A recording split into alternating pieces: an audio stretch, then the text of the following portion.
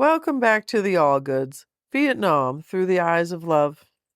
It's Wednesday, August 4th, 1971. My mom is in Miami, back in familiar surroundings, the townhouse apartments where she once lived. She's got her friends around her. She's going out for drinks. She's talking about clothes, music, travel plans, and stereo equipment. There's even a night out that ends with seafood, live music, and a couple of brandy Alexanders. And tucked inside all of this, in this one letter, is a name that really stood out to me. Bill Cobbs. At the time, he was dating her friend, Terry Clifford. My mom had known them for years. But what no one could have seen then is just how important he would become later. Not just to my parents' story, but to mine too. Bill became my dad's business partner, his lifelong best friend, and he became my godfather and a mentor to me as well. He passed away about 10 years ago, and until now, I never really knew how he first entered into the timeline of our lives. I didn't really know until these letters. But here he is, a quiet part of the background, before any of us knew how big a role he'd play. Of course, this letter really isn't about Bill.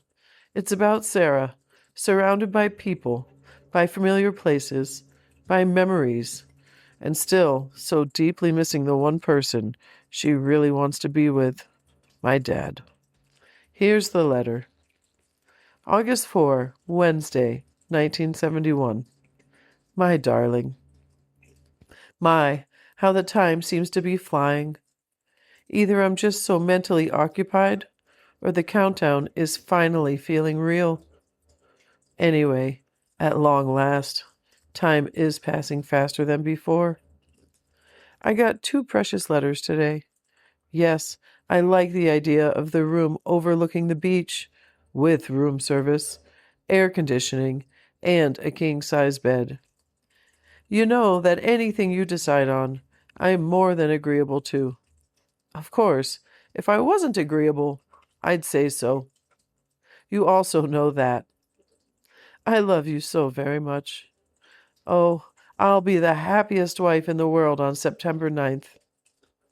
I don't have the flight schedule here for Hawaii, but I think you're right about the continental flight. I believe it arrives around 12:15 p.m. Baby, you asked about the checks on our joint account? Okay, before they sent me checks with both of our names, I wrote one for $50 when I went shopping, though I don't have the exact date. It was around July 18th.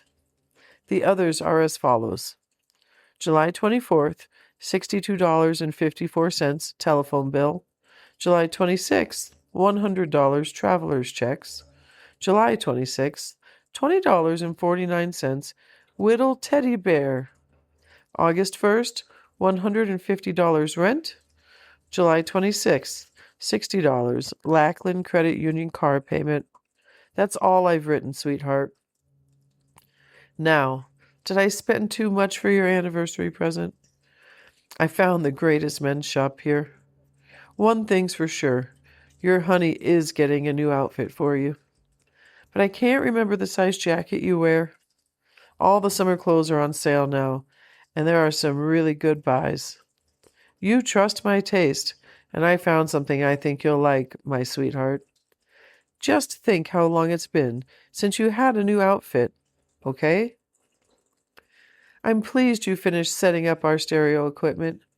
Sounds like we have a fantastic set, and at a very good buy. You're always thinking.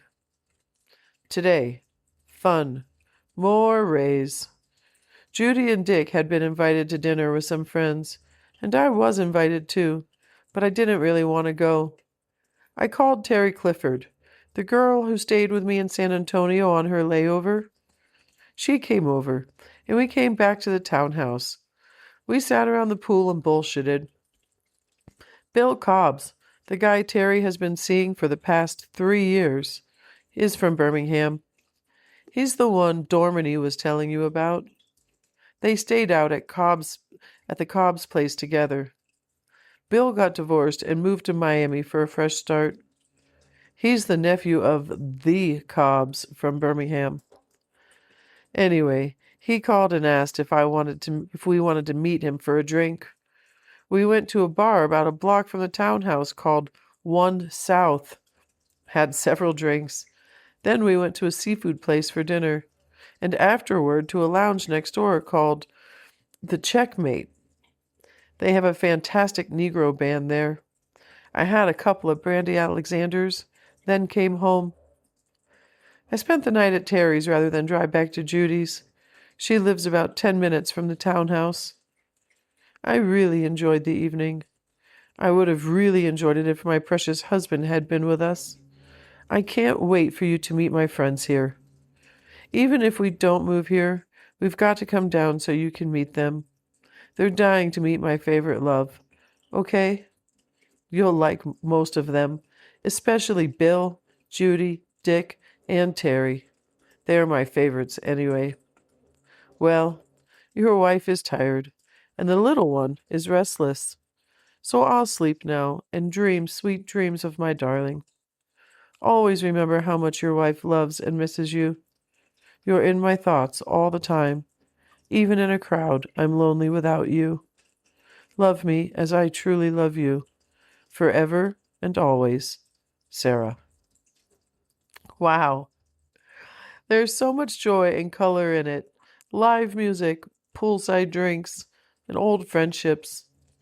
And yet, the line I can't stop thinking about is the one she closes with. Even in a crowd, I'm lonely without you. She's surrounded by people. She's back in a place she used to live. She has people who care about her. But the only one she really wants, the only one who makes her feel like it's really home, he is thousands and thousands of miles away in Vietnam. And me?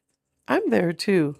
Not even born yet, but growing inside her, part of every moment she's writing about. These letters really are a record of my earliest days, a pregnancy journal written across continents, a love story, and the beginning of me. Thanks for listening to the Allgoods. If you'd like to support the project and help keep these stories coming, you can head to buymeacoffee.com/the Allgoods love. Every bit helps. I'll be back soon with the next letter.